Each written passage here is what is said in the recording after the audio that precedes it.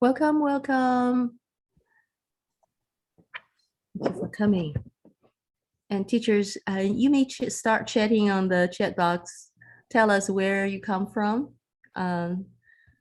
Which state are you coming from, or are you from another country?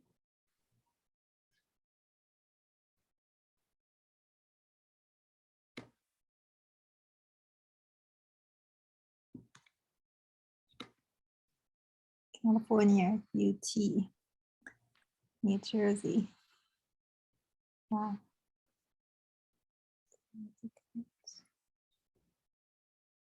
Ohio, Illinois, and Nebraska.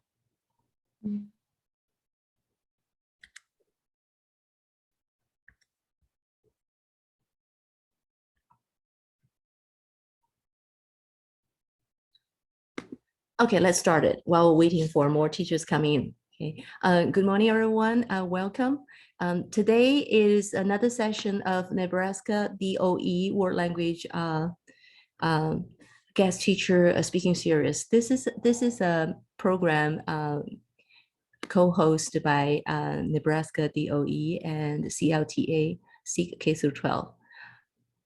And here, let me briefly introduce the DOE Nebraska World Language Mission. The mission of this organization is to empower educators to engage students in the authentic use of world languages, while standard-based instruction to fulfill a range of functions, from expressing personal needs to communicating in the workplace, and to establishing strategic relationships across cultures so they may learn, earn, and live. And if you are not familiar with CLTA K through 12 classroom methodology group, you will see some introduction over here. We will create a professional platform to connect K through 12 Chinese teachers, from which they would update and refresh their Chinese classroom teaching skills and enrich their Chinese pedagogy and methodology.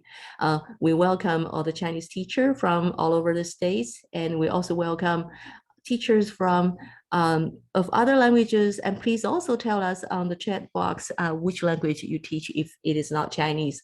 Thank you for joining us today. This is our presenter, Dr. Christopher Jacobs. We will start his presentation. He will do the presentation very soon. But before that, we would like to have forecast several other future talk series, okay? And we will send the link in the chat box too, so you can register if you're interested. This is our next presentation. It is called Movement in the Classroom by Miss Julia Evans. And September 17th, it will be interpersonal speaking and writing task by Miss Kellen Browning. And then after that, on October the 1st, there will be show what you know events. Yeah, and then this is by Dr. Perez Sergio. And then our next presenter on October the 12th, please also see the time, okay? It is CT time, Central Time, and then Eastern Time. And of course, Nebraska is a Mountain Time. Yeah, and then this is by Miss Heather Swetster, content-based learning in language classrooms. And if you are interested in joining in as a guest teacher, guest speakers, you may scan this bar and to share your experience with world language teachers in and outside of Nebraska. And there is a form. If you scan this QR code, you will be registered for being guest teachers. Thank you. And this one, we'll send the link below too in the chat box. Those are the recordings of all sessions by Nebraska DOE Language Department. Now, Liu 老师, Professor Liu, would you please introduce Dr. Christopher Jacobs before he started? Yeah, sure. Thank you. Yeah, I'll be honored to introduce Dr. Christopher Jacobs. And since 2011, Dr. Chris Jacobs has taught French, Italian, ESL, Spanish, and linguistics in contexts ranging from kindergarten to university. He's currently an assistant professor of French, Italian, Spanish, and linguistics at the University of Nebraska at Kearney. Its teaching seeks to promote meaningful communication through task and project-based instruction that makes extensive use of materials made by and for fluent target language speakers. In addition to teaching at UNK, Dr. Jacobs coordinates French and Italian language partner programs, organizes non-English conversation tables in over 10 languages, and leads study abroad experiences to France and Italy. He also performs research on instructed second language acquisition, in which he focuses on how to maximize language acquisition by increasing attention to emotions such as motivation, flow, self-efficacy, anxiety, and autonomy. So I think we're all excited to going to hear Dr. Jacobs talk. Let's welcome Dr. Jacobs, okay? Thank you very much for that introduction. I hope that this talk will be exciting since you're excited to be here. But first of all, I should probably tell you that this is not going to be a traditional talk. Don't worry, I'm not going to ask you to do anything crazy at all. But part of this talk is going to be showing why learning, in order for it to be effective, needs to be hands-on and active, which lecture is not. So it would kind of be ironic for me to do lectures. So I'll talk a little bit, but this is not going to be an hour and a half lecture, all right? In a moment, I am going to share my slides here. And well, that was my email box, but here is my slides. And here is, in a moment, the slideshow view. So, okay. You already heard a little bit about who I am in my work at UNK, and that is all completely true. And I should also mention that maybe there's some other things that I would like you to know. So yeah, I guess I am Dr. Chris Jacobs, but I honestly prefer being called Chris or CJ, and I also prefer that my students call me that because it just, in my opinion, creates a more comfortable, more even, more horizontal class environment where we all just feel more comfortable sharing our experiences, trying and making mistakes as we try. And you already know about my research and teaching. And even though I work for the University of Nebraska at Kearney, I am not a Nebraskan or a Midwesterner at all. I grew up in Washington, D.C. and also in far southern Pennsylvania, Gettysburg, Pennsylvania, kind of close to there. But I spent most of my adult life in Philadelphia. So I am definitely from the Mid-Atlantic region, and that's where I see as home. And aside from what I do at UNK and my teaching and my other activities, I'm very much into a bunch of things, but especially including traveling, food, and meeting new people from really any kind of background. I really enjoy talking to new people and getting to know about them and the world in doing so. So anyway, that's just a little bit about me as a human. And it's probably hard to see with this toolbar, but down here, before I forget, you have my email, jacobsc@unk.edu, in case you have any questions. And if you happen to use Instagram, you can see more about what my colleagues and I do at UNK on our Instagram page, our work Instagram page at UNK Language. You'll see things from our classes, our study abroad programs, our conversation tables, our language clubs, and a whole bunch of other cultural events we have. So anyway, just so you know a little bit about me as a human, to humanize me a bit. So other than that, let's get into the real thing.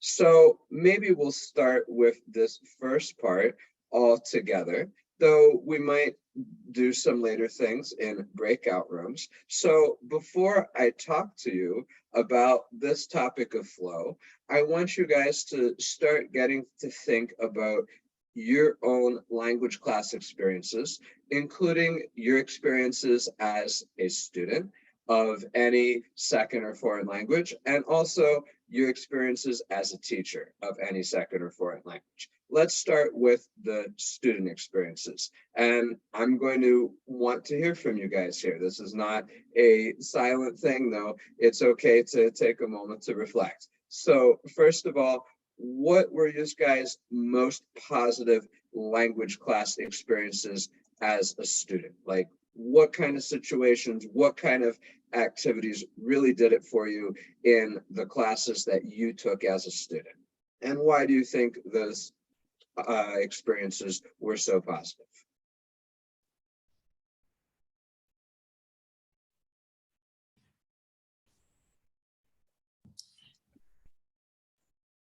Teachers, if you want to participate in the conversation, you can unmute yourself. Yeah, you can unmute yourself and yes, Vivian. Hi. Hi. Good morning, Chris, and good morning, Xuan Laoshi. I wanted to share something about my experience as an English language learner. I really appreciate when the teacher have a very clear the instructional plans step by step before we do the group work. Also, yes. Yeah, and also during the activities, the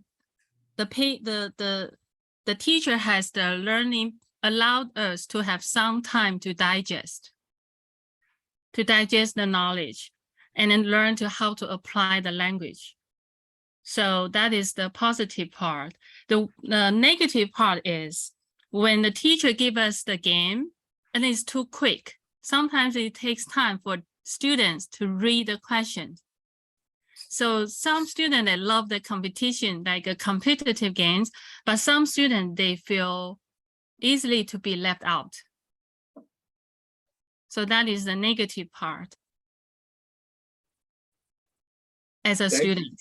What you say, Vivian, about some students liking games versus other students not is very important. And that's not the case with games only. That's the case with basically any activity out there, that no matter what the activity is, some students are going to like it and other students aren't. We're going to see a little bit later that there's definitely some trends, though, that there's some activities that the large majority of students react positively to, and others that the large majority of students react negatively to. But what you say about clear instructions and also having planning time or reflection time to do a task rather than having to give an answer right then, that is definitely very interesting, very important. That's something that research definitely looks at. Thank you. You're welcome. That two participants have raised their hand. Who would like to go first? Hi, my name is Avery. Hi, Avery. Am still a college student, so I don't really have any teaching experience yet, but I can say that with the language classroom, my most positive experience was when my teacher was like, you are not here to speak perfect. The reason you're here is to make the mistakes. And it really helped create that comfortable environment for all the students. We're like, oh, it's okay if we speak up and mess up. Because everyone before that point was too scared to come forward and read through the passages and all that stuff. But for negative experience, I would say right now in the class I'm in, I'm having no speaking time in class. My professor Ooh. is not giving me any time to really speak. And I feel like that, like, even though there are some students, of course, who are like, yes, this is great, but I know I'm not learning. So So it's what kind of does your frustrating. professor do instead if she doesn't give you much speaking time?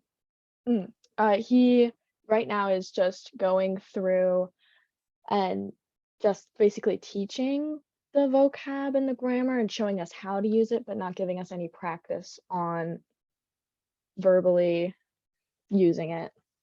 Oh, so this is a like language skills class. This is not a content class like a literature class, a film class, a history class. It's not like that even. No, it's a language class. Interesting. So for you, it's really important that the teacher make it clear that mistakes are normal, mistakes are okay, they're part of learning, and there's no problem if you make mistakes. And it's not so good if the teacher doesn't give you opportunities to actually use the language, to actually practice the language. Yeah. Nice. Thank you for sharing. Definitely, there's a lot of research into all those areas. We'll get into some of those things a little bit later. Does anyone else have any other positive or negative language class experiences that they had as a student? You all do. But the question is, who's going to share?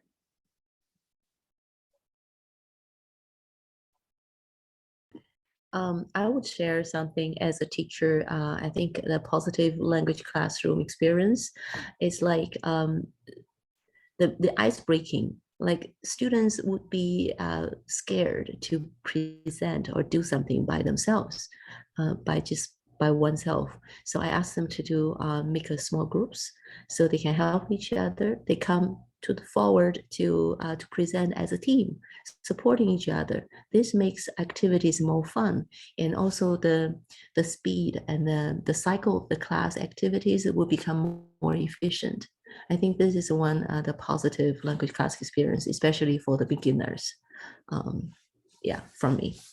Nice, thank you, Dan. So you say that it's a good experience when the students can collaborate, it helps them learn from each other, it gets the task done a little quicker, and it maybe puts a little bit less stress or pressure on individual students. To lower their anxieties, or it's a good way for learning the world language.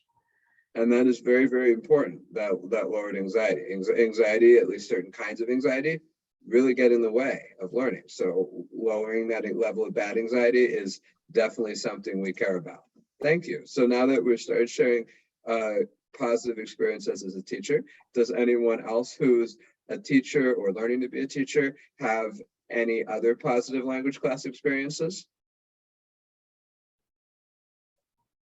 Yes, Consuelo? Yes, I think I really like when my students feel like they are not learning, because sometimes I provide them some games and then they are thinking that sometimes we are just playing, but no, I am just enjoying seeing them that they like speaking, they improve their writing. Sometimes I think the use of games is very useful, especially with the beginners level, because sometimes they are just too nervous, and when they think like, oh, I am just playing, they are just free to share their ideas, and they just like taking risks. So you say that for a lot of students, games are a good thing, that games make class more fun, make it less pressure, and allow them to learn without even knowing they're learning. Yes, that's right. That's really interesting, because I'm sorry, I forget who, but I know someone said early on that for her, games weren't such a great language class experience because they provided undue pressure. So we see now that different learners have different experiences and react differently to different activities, right? We're going to see what the trends are a little bit later, but is there maybe one more person who would like to share some good or bad language class experiences, be it as a student or a teacher?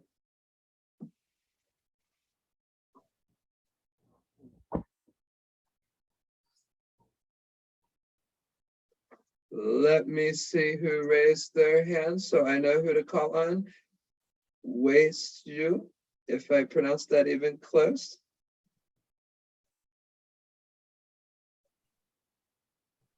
Was that who raised their hand? Please unmute yourself. Oh, I'm sorry. Well, thank you, Chris. Yeah, that's really close. Yeah. Nice. I had 2 classes of Chinese in college, but I can't speak Chinese anymore. But the pinyin sometimes is tricky because actually my real pronunciation is Wei Shou. Wei Shou. Thank you. Yeah, yeah, you're welcome. Yeah, for my most positive language class experience as a teacher, I think I used the icebreaker activity for my fine honor and AP combo class just 2 weeks ago. And I start with this game called 2 Truths and 1 Lie. So Oh, I students, love that one. yeah, they are familiar with this game, so I don't have to explain too much. And I really like this game because I have them to type on Google Slides. And then everybody have a 1 page on my Google Slide. Then they can come out and introduce the sentence. And students can ask 2 questions. Then they can guess which one is the lie. So through this activity, I get to know they're kind of doing the pre-assessment, right? Because I know their level, their language level, and then also we are having fun to learn about the students. So I think that is the most positive language class experience for me. It's fun, and I also do the pre-assessment at the same time. And students, they don't know actually I am doing the assessment. So, but for the most negative experience, I think one time when I tried to play a game in my Chinese 1 class, but I didn't explain really well. So obviously I didn't plan my students, clearly, so they don't know what to do. And then I was really, really new. So the game was not really succeed. So that was my most negative experience. It's no fun when we have these activities that we think are going to be so good and then they don't go as planned. But that happens to all of us. That it's like, oh gosh, that was going to be amazing, but it was totally a bust. That's unfortunately it was so normal. So that kind of goes back to what someone else said of it being really important to explain the instructions clearly. Easier said than done, I know, but theoretically speaking, really important to explain the instructions clearly so everyone knows what they're doing, right? And I had another thought that just escaped my mind. That, oh yes, that 2 truths and a lie. I did that this year too. I did it in all my classes actually, though I do it in English in really basic level classes where they can't do it in the target language yet. And even then, it doesn't have much language learning value when you do it in English if it's not an English class, but it still is an interesting activity to allow the students to get to know each other and feel a little bit more comfortable with each other. And it's also a really easy activity to plan and explain and carry out. And I highly recommend it. I hadn't thought of it as a language assessment activity to see their levels, but I definitely see that. And I think I might be using it for that reason in the intermediate and advanced classes. So thank you very much for that suggestion. Thank you all who shared some positive and negative language class experiences. We're going to have more opportunities to share, so don't you worry if something comes to that you really want to share.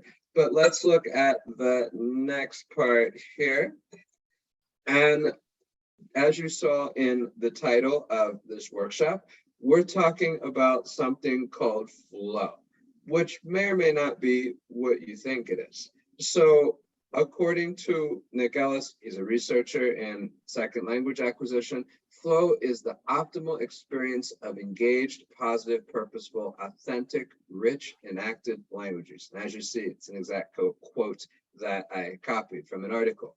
And according to a group of researchers who looked at the impact of flow on Chinese character learning through a computer game, students who achieved more flow, as they reported on questionnaires and interviews, learned more characters. So to sum this up, we'll get more in detail, don't worry. Flow is really a positive state to be in, and it's also at the same time good for learning. So you're probably wondering now, what exactly is flow and how does someone get there? Don't worry, we're going to tell you right now. So as I mentioned, flow is a highly positive state, and many authors say that it's a state of immense enjoyment. So that's why I put it that way. I honestly don't know that I would describe it as a state of enjoyment. I think I would describe it as a state of satisfaction, because an activity doesn't necessarily have to be fun for someone to be in flow, but it has to be interesting or at least pertinent or useful, that the person doing the activity sees a purpose for doing it, and as a result gets some sort of fulfillment or satisfaction out of it, okay? And aside from being a state of satisfaction, flow is characterized by extremely focused attention, as in when a person is in a state of flow, that person is completely focused on one single task, the task at hand, and is only thinking about that task, not thinking about what's going to happen later, what happened earlier in the day, or anything else. And when someone is in flow, one has complete control over the activity, or maybe not complete, but at least a substantial degree of control over the activity. That doesn't mean that, like in a class setting, there's not instructions of what to do. No, there has to be at least a certain degree of instructions for us to get that focused attention, or otherwise the students don't know what to do. But at the same time, the students should have some ability, some autonomy to do the task in a way that works for them, to investigate topics that are interesting to them, to talk about their own experiences, to adjust the speed of the task, rather than being given a one-size-fits-all task that probably doesn't fit all, because people have different learners, different interests, and different learners. Different learners have different interests, different abilities, and different learning styles. And likewise, state of flow is characterized by working on a task where there's an ideal balance between the person's skills and the level of challenges that the activity presents. So a flow generating activity is neither too easy nor too difficult, but of course, easy and difficult are relative terms that depend on the learner's skills. So what is just right for one person may not be just right for anyone. But in any case, flow is a highly positive state characterized by immense satisfaction, extremely focused attention, control over the completion of an activity, and the ideal balance between skills and the challenges at hand. And I think it's worth noting that flow was not originally conceived as an educational theory or an SLA theory. It was invented in cognitive psychology to basically just put a name to these highly positive, highly focused experiences that psychologists had observed. And the person who named flow, his name is Mihaly Csikszentmihalyi. I probably didn't pronounce that exactly right, since I don't speak Hungarian or anything similar. But anyway, he called it the optimal experience, the best possible experience that one can have. It's an experience that learners love and are very eager to return to, which is good, because that means more practice opportunities. Flow has also been described as a space between anxiety and boredom. Anxiety comes from a task that's too difficult. Boredom comes from a task that's too easy, or simply not interesting or not pertinent.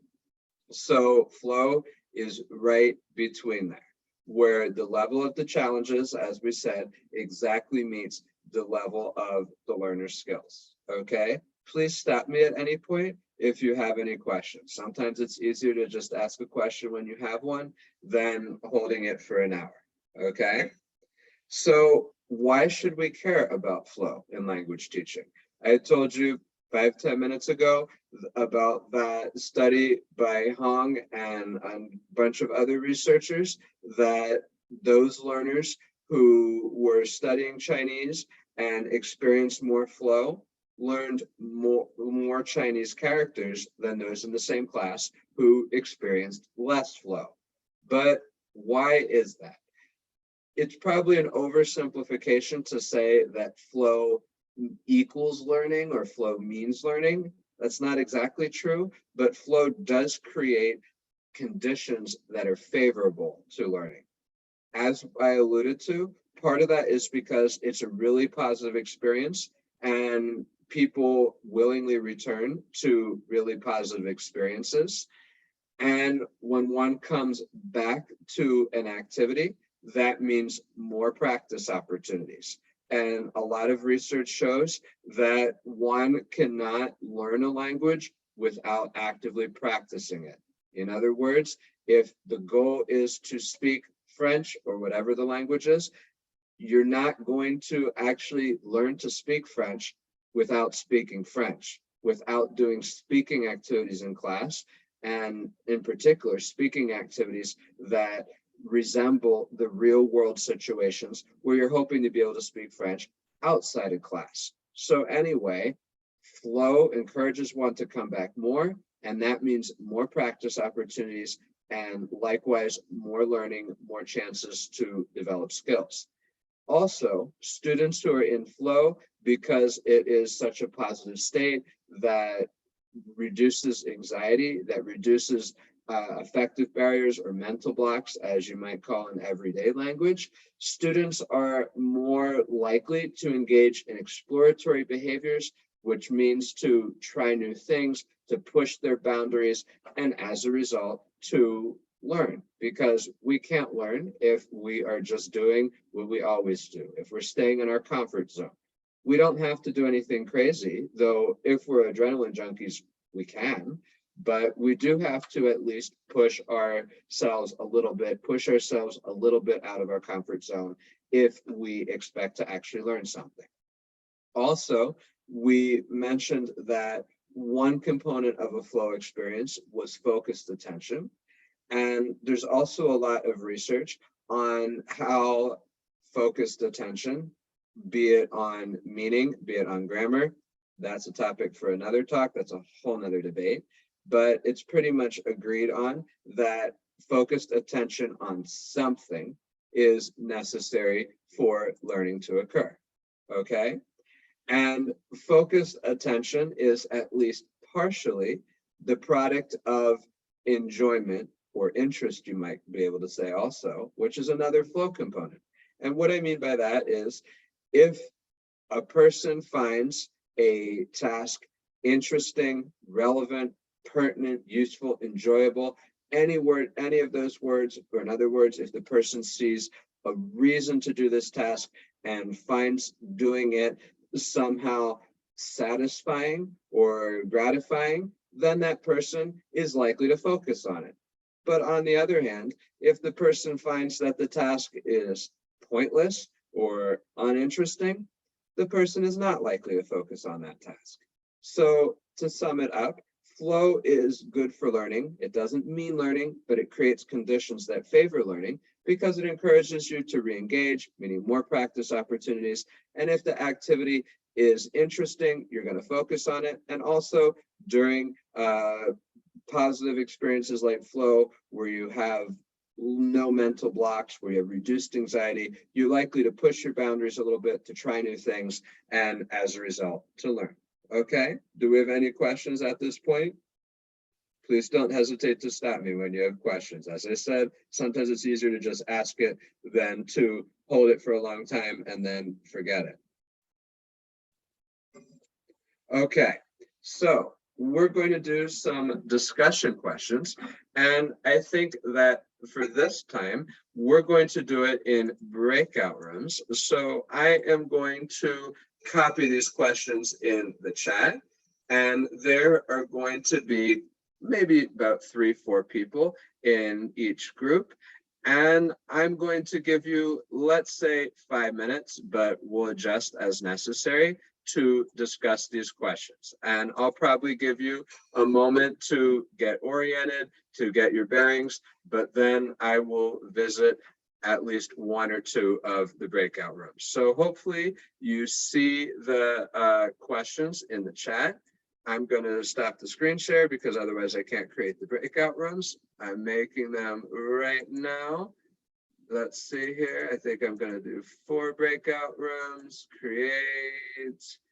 These look like good numbers of people. Okay, here we go. Roughly 5 minutes, okay? Or you know what? Maybe I'm going to do 3 breakout rooms. And they won't be too big, but a little bigger. Here we go. Please accept the invitation to join the rooms and 5 minutes or so to talk about these questions.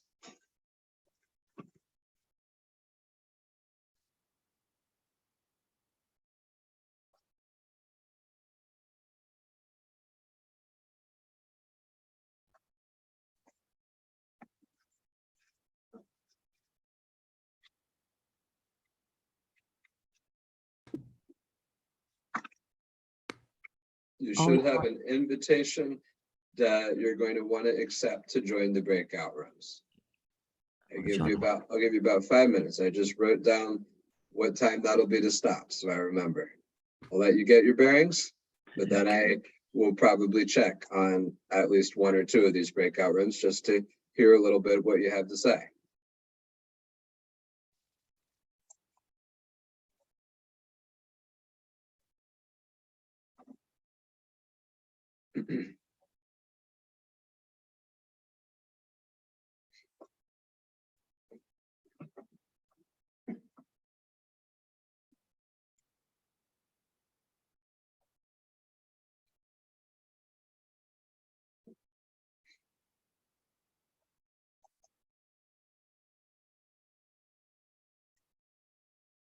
Hi, we're doing a discussion activity right now.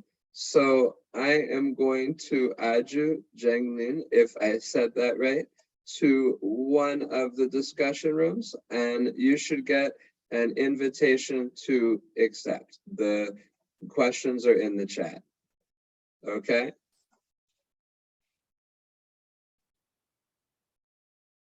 You're welcome.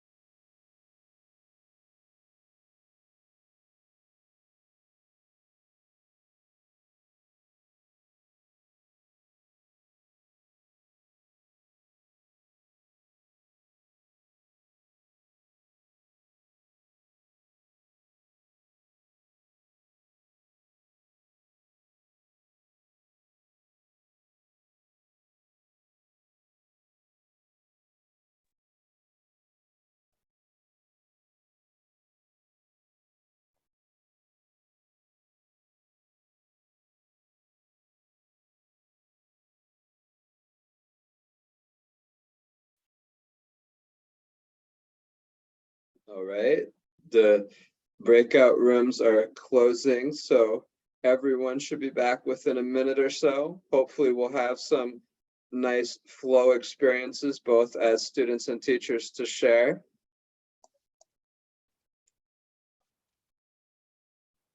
I think I'm going to do the screen share again so we can look at the questions and not just in the chat.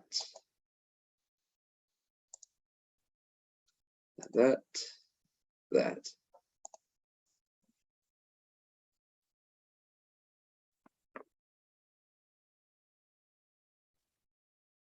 Was that enough time to answer the questions, those of you who are already back, or would it have been useful to have more time? Sometimes I just guess of how much time to give.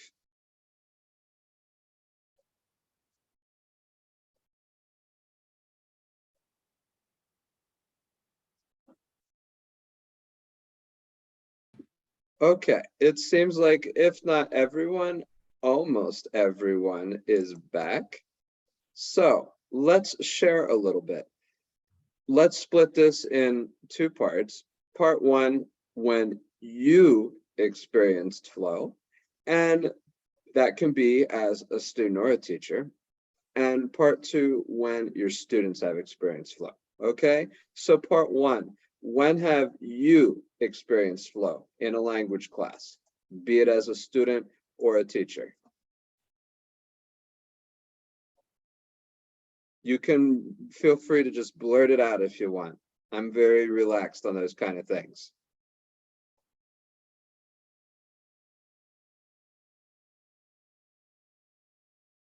If you're more comfortable, you can raise your hand, but I want to hear some experiences of when you've experienced flow. I've visited some of the rooms and I heard some things that I think others would like to hear too, who weren't in your room.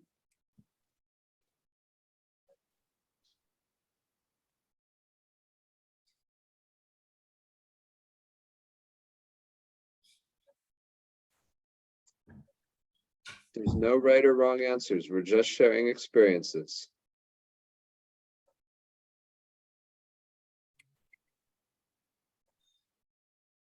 Okay, this is Dora. Hi, Dora. I will speak. When I Yes, thank you. experience flow as a teacher is when I feel my students are engaging and I have the control of the activity, everything runs smoothly. And they are able to, you can tell they are having fun and they are producing. And so that's how I experience flow. Very interesting. So let me make sure I got this right. So you, Dora, experience flow because your students experience flow. Yes. Interesting. I can also see them there experience flow. I don't know, probably have to ask them. Well, they probably don't realize they're in flow at the time, though, then they surely wouldn't know what to call it, but they know that they're satisfied with what they're doing or enjoying what they're doing. That's really interesting, though, that you say that you experience flow when your students do. Has anyone else? Does anyone else experience flow when their students do? Or on the reverse, if you're a student, did you experience flow when your teacher did?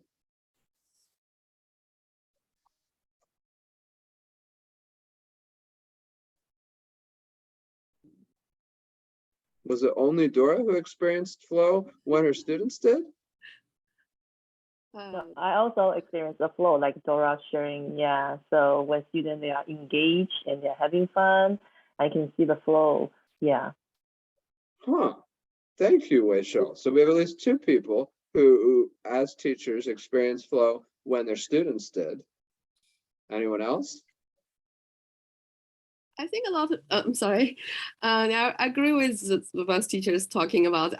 Yeah, I think most teachers will feel the same as that when you see that your students feel satisfied when we finish the task or objective or reach, then the feel and the feeling, and then you feel satisfied. That's a flow.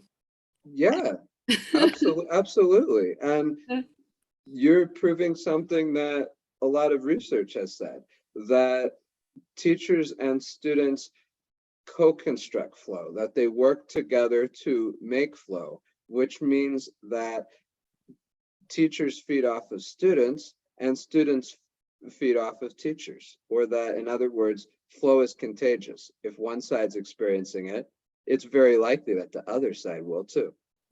So we've said that the students and teachers kind of work together to create flow, even if they probably don't know they do. But let's be a little bit more concrete. What kinds of activities cause flow? Specific activities or characteristics of activities. What kind of activities cause flow? Something. Oh, go ahead. Yes, Catherine or Avery. How about Catherine, then Avery? Oh, okay. I think it's kind of all depends. When you kind of setting, like you have project setting, you reach the kind of task objective arrived. That's any kind of exited, and just your task arrived, and everyone has opportunity to express kind of express the idea or opinion. If you give them, you feel that everyone reaches the point. That's yeah. So you're saying that flow is likely to happen when there's a clear goal and students know they're working toward that goal, and in working toward that goal, they can express themselves and be themselves. Is that what you're saying, or am I misinterpreting? Yes, yeah. That's if it's you have the task and you try to let them to express. You have kind of clear task, and your text reach the point. Everyone can share the idea and reach the point. That's what I try to say. Nice. So having kind of that perfect balance, that happy medium between a task being clearly defined and giving students freedom to make it their own, to express themselves, to be themselves, yes, rather than a task that is not clearly defined, that they don't have any idea what they're doing, right. Or rather than a task that is so clearly defined that it's like, find the one correct answer. Yeah, I agree with you. Interesting. That's an interesting observation. Avery, I think you had something to share too.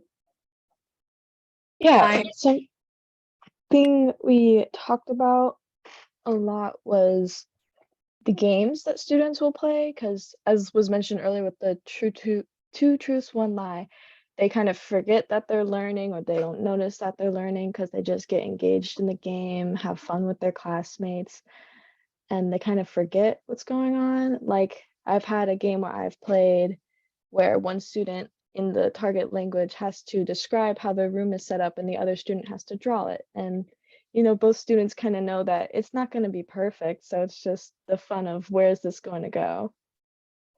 Nice. I've done that activity as a teacher, not with that specific topic with the room setup, but with other topics like describe your family tree for a friend to draw, or describe the layout of your house. That's kind of close for your friend to draw, but like these info gap tasks that are all where one side knows something that the other doesn't, but that are also kind of fun, that it's not just communicating, but communicating in a fun way. That can be really useful for sure. Nice. And I thought I saw another name come up. Was it Sulen, if I said that even close to right?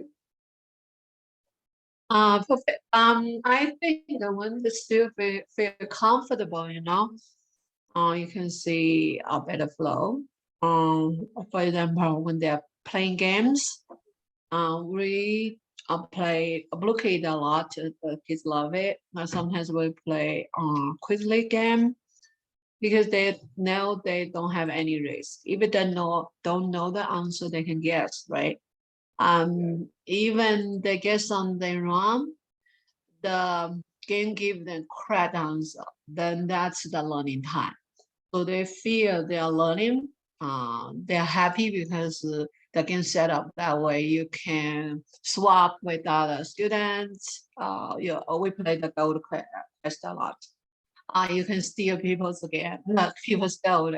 If you get the correct answer, something like that way. They really relax, and at the same time, they learn something, and they have a little bit of interaction with the student, they give comment, they love them, they say they're happy, they're focused on everybody take out the computer to play. If it's other activity like reading, like writing, some like it, some don't like it, you don't see fully engagement, right? But in the games, they're really engaged. Of course, we give them the prize if they win the game, right? Ooh, Hopefully got that candy lollipop. that I love definitely it. helps. Yeah, yeah.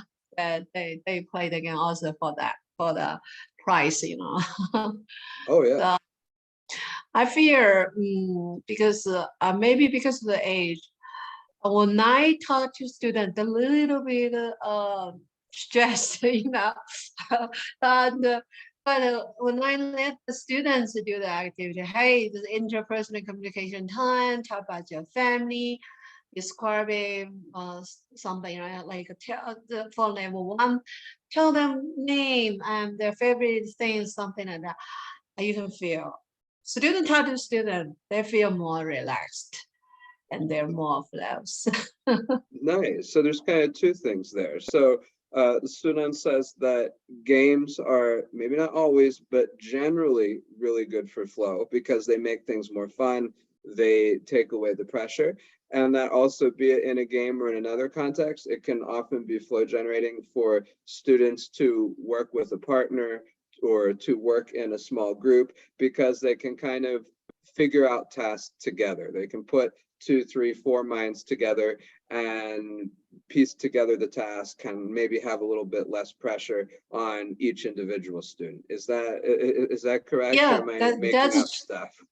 That's true. I feel in the language class, you gotta have the let the student have the interaction with their peers. They can learn from each other. Sometimes some students don't know how to answer the question. They teach another one will teach them. You can feel, oh, they feel happy because, but they feel a little more stress from teachers. When in the class, when I tell them, they think about, oh, that's a checking for understanding. That's kind of even the informal like test, something like that, observation, something. They feel a little bit stressed. They kind of feel, oh, the teacher tells me something. But when they talk to the peers, because of age or because of kind of a lot of things, they share the same thing, right? The same position, same status. So they feel more safe and you feel more flow. They're happy and they're learning from each other. So that's very important for language class to create the opportunities and let the students talk to each other, right? After you train them and then learn from each other. So it's less anxiety inducing to work with friends than to have to engage directly with the teacher because you think there's less pressure. Your friends hopefully aren't judging you. You have more in common because you're similar age, similar experiences, and it just makes a lot of students feel more at ease. And in addition, it provides additional practice opportunities, right? Yeah, that's why. That's true. So of course that's after teacher model everything, right? Then give the student, that's called a gradual released responsibility. Let them work together every time. Let them work, even do the reading, writing, or speaking. Let them work together. That's a good way to create a time to create more flowing opportunities, I think. Absolutely, yes. That is absolutely true. And as you say, and as someone else said, striking that balance between explaining the task clearly enough for them to understand it and giving them opportunities to be themselves is very important. And in most cases, if not all cases, it's very useful, if not absolutely necessary, to give some sort of model before students do a test to make sure that they know what they're doing. Thank you for sharing those experiences. I'm sure that there's many more we could share. In the next part, I'll tell you what the research says generates flow, but honestly, I don't know how necessary that is because you kind of figured it out on your own. And you'll see why we did this. So yes, learners are different. You all know that if you're teachers or even if you've been a student. I'm not a teacher because you've seen that everyone in your class is different. But anyway, the research shows that there are some very, very strong trends. And there are four main characteristics that I've found in putting together the research and also in my own research that are good for flow. The order is not important, but one of those characteristics is that the task is student-centered. Student-centered means that the students have control over how they complete the task. It means that the students can control the speed, that they can maybe choose the topic, that they can maybe even pick task A over task B or task C, that the students have some sort of choice. This characteristic, the next one, goes very, very closely with the first one. Research shows that flow generating activities tend to be open-ended. Student-centered and open-ended tend to go together, but they don't really have to be. Student-centered describes the means of completing the task, that students have control over how they do the task. Open-ended refers to the result or the outcome of the task. It means that there's not just one or a very small number of predefined outcomes, but there's many different things that could happen. To give you an example of how these don't necessarily go together, think of like a lot of those online workbook activities that students can work at their own pace, or that the workbook generates questions based on how the students answer previous questions. That's student-centered because it's adapted to the student, but it's generally not open-ended because there's one or a very small number of predefined answers. So there you see that student-ended and open-ended aren't necessarily synonyms, though in many, many, many cases, they do go together. Also, another characteristic of task that tends to favor flow is that tasks are authentic. This refers to the purpose of the task. An authentic task is a task where the main purpose is to make meaning, to communicate a message. That can be in any skill or mode. It can be in speaking, it can be in writing, it does not matter. But an authentic task is one where the goal is to communicate a message, to make meaning, versus an inauthentic task, which is basically to display or regurgitate information, or sometimes you could even say to read my mind. There's not really any meaning making, or at least not authentic meaning making in an inauthentic task. And lastly, competitive activities or games have been shown to be good for flow. In a competitive activity, students can be competing against other individual students, competing against teams of students, or even competing against themselves. But research shows that a competitive element can be really useful for focusing student attention, because when you're playing a game, you're focused on winning the game and doing what is necessary to win the game. And provided the game is also well made to reach learning goals, the students, because of being focused, will hopefully be learning what they're supposed to be learning at the same time. And I should probably mention that it's really not required for a flow generating activity to belong to all of these categories, but it's helpful for it to belong to as many as possible. And if I were going to add another category, one that I'm discovering in later research that I didn't yet have when I put this PowerPoint together, I would add interaction. And by that, I mean peer interaction, that they interact with each other. And that's useful in all kinds of classes, as in-person, online and hybrid classes, but it's especially important in online classes where students otherwise might not have much contact with each other. So research shows that interaction can be useful, and especially a sense of community, a sense of connection among students. That can be good for flow and learning. And again, it's not necessary for an activity to have all 4 or 5 of these characteristics for it to generate flow. But generally speaking, the more of these characteristics the activity has, the more likely it is to generate flow. And as we said, teachers and students often experience flow at the same time. So teachers are good at judging when flow happens and adjusting their activities as a result. Teachers don't have all the power to create flow, but they do have a very, very significant role. Make sense? And I should probably emphasize again, flow does not mean learning, but it provides the conditions that are favorable to learning.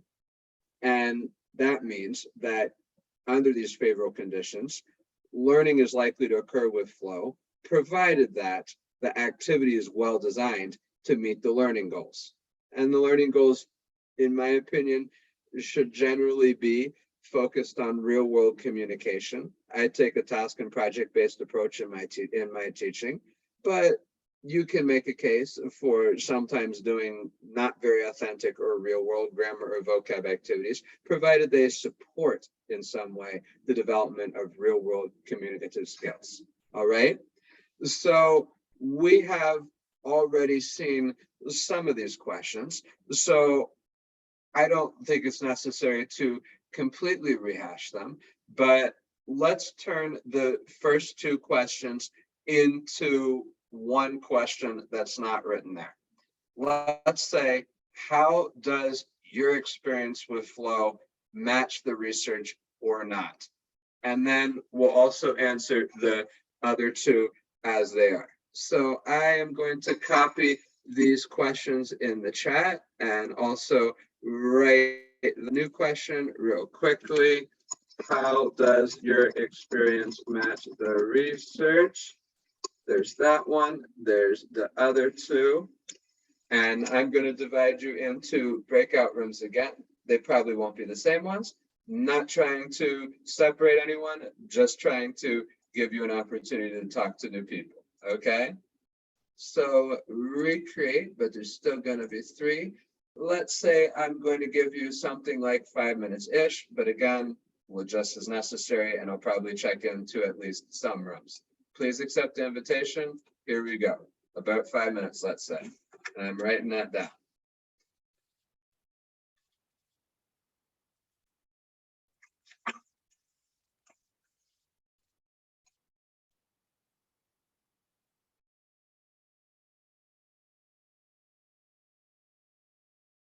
You should have an invitation to a breakout room.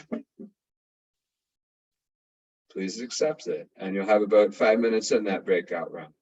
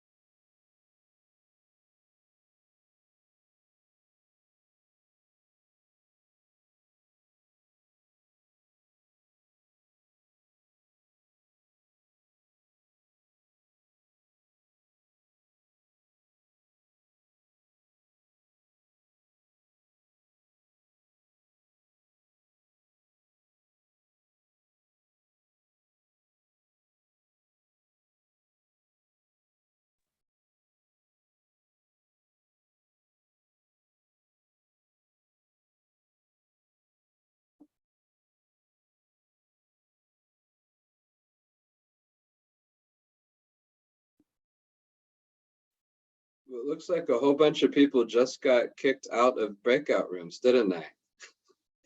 Well, I guess it's time to share a little bit. Hopefully you got to talk about flow experiences. So first of all, how do your experiences compare with what research says is supposed to generate flow? Agree, disagree, how, why?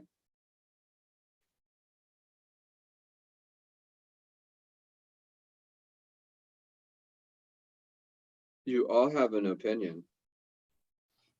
Yeah, I think I would agree with the research. I think the research are also based on the generalized experience from all the teachers in teaching.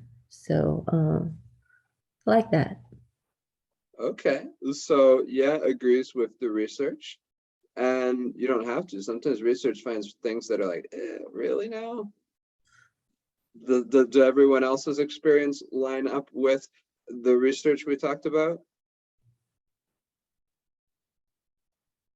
Yeah, I have some question about the research. Maybe the question maybe for the future research. I feel like the research have been guiding us to say, oh, if you do this, and then that will the flow.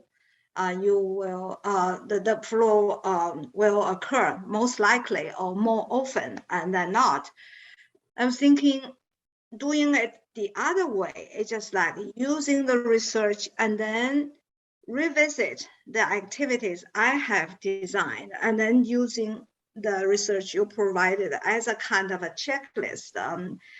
For that way, I just like, are there any research that you have encountered that using the principle of the flow and like remake the activity like we used to do and then try to improve it, and then there is a kind of a result. Yeah, maybe it's all off base. I don't know. No, that's a really good question. Let me make sure I understand. Are you saying research that looks at an activity that is not good for flow and then sees how that activity can be improved? Is that what you mean? I was thinking about, you see, I have some activities I want to improve, and then because the research have this 4 and then you added 5 elements that so I want to use this 5 element to re-examine or redesign part of my original activity or project. So I just wonder, are there any research that you have seen to say the do's and don'ts of this kind of things? Yes, there is research that considers, if not these exact characteristics, similar characteristics. I can think of at least 2 studies that are by different authors, but authors that know each other, that look at activities through the lens of categories and say, yes, activities that are student-centered, open-ended, authentic, and competitive are more likely to generate flow than the opposites. I've seen there's research that asks students to explain their flow experiences and then tries to to categorize them to those categories. And there's also research that looks at a list of activities and puts the list of a predefined list of activities and has students rate how much flow they cause. And of course, these activities are chosen to represent categories like what we talked about today. Oh, thank you so much. And those I feel like will be very helpful for us to read. And then if you can provide the organizer list, maybe they can share. So where to, I remember reading the Act for Foreign Language Annals that about the flow. Yeah, that's how I so really get interested. I can find one of them very quickly and just dump it in the chat. It's a really accessible. Okay, yeah, then that's plenty. One, and then we can read that one, and then that will lead us to many others. Thank you so much. Yes, because this one will, because they will cite the other articles that talk about this topic. So here is a link to it, and it's right there on the page, and you can also download a PDF of it. Okay, thank you so It's much. very, very recent. This thing came out maybe 2 months ago. Wow. Yeah, thank you. You're welcome. It's completely free access, so you're not going to have any kind of paywalls or any login or anything like that. So we say that our experience in terms of flow generally aligns with the research. Let me remind myself what the other discussions are. Oh yeah, so what do we do about, oh, we only have about 2 minutes. So I think we might have to switch to question and answer time. Hopefully you got to think a little bit about those. What do we do about individual differences? Well, I would say just first look for the trends, follow those, but try to provide something for everyone. Barriers to flow, basically individual differences, and also any of the baggage that students could bring to class that doesn't necessarily have much to do with class, such as well, it could in some cases, like students who have just had really bad language class experiences in the past, and as a result are really anxious about language learning. It's not impossible to overcome.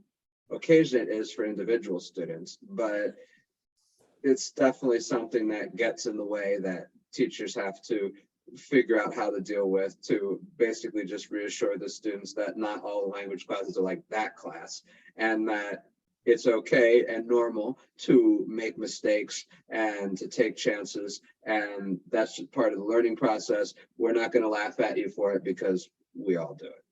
So that's my quick answer to those questions. You surely had more interesting things to say about those, really, but it looks like we only officially have a minute left. So time for your questions. I'm happy to stay on for a little bit later if you have more questions. Would you please write your email also in the chat box? So if teachers have further questions, they can write your email. Today is a traditional, today is a traditional Chinese Mid-Autumn Festival. We thank all the Chinese teachers still spare your time to participate in this conversation. So it's a really nice, it is really nice, nice talk. And I think by a collaboration, a communication discussion, we can improve our teachings in many ways. Thank you again, Chris, for giving us such a topic, and then we can have a conversation, and we will continue the conversation in the future. Thank you for having me. I think it would have been a little ironic if I did a talk telling you that lecture was bad and interaction was good, and did that through lecture. That wouldn't have really lined up too well in my mind. Yeah, we appreciate that. Thank you. Thank you all, and thank you all participation, and enjoy your Mid-Autumn Festival and the mooncakes. Bye. Bye. Thank you for coming.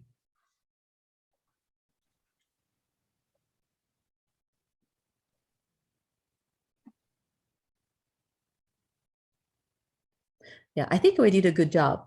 Right. Yeah. Wonderful job, Chris. Thank you. Yeah.